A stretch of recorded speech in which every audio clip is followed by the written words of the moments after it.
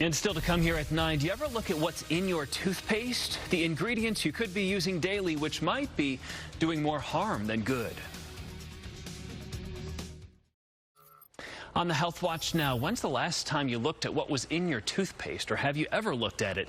Nicole Kreitz tells us about the ingredients you should stay away from when trying to keep your mouth clean. With masks starting to make a comeback, it's still a good idea to keep track of what's going on with your oral health. Be honest, when was the last time you went down a toothpaste aisle and actually looked at what you're putting in your mouth? For dentist Dr. Flora, we should all be paying close attention to the ingredients. It is all about ingredients. Certain ingredients are fluff, just for marketing purposes.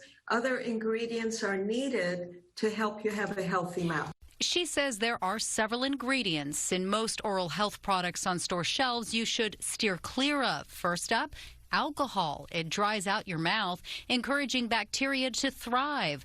Avoid something called SLS. It can promote canker sores in people who are sensitive to gluten. Steer clear of gluten, formaldehyde, and essential oils like tea tree oil, which is an antifungal, and even mint. Mint, which is in about 98% of toothpaste, dermatologists list as one of the top allergens.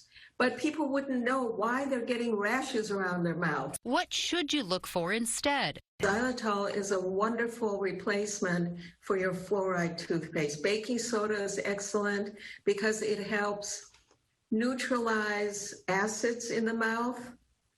And acids are what attack the teeth. Aside from always looking at the label, Dr. Stay says it's always important to listen to your dentist. Everyone's different, so what you need to protect your teeth might not be what someone else in your family needs.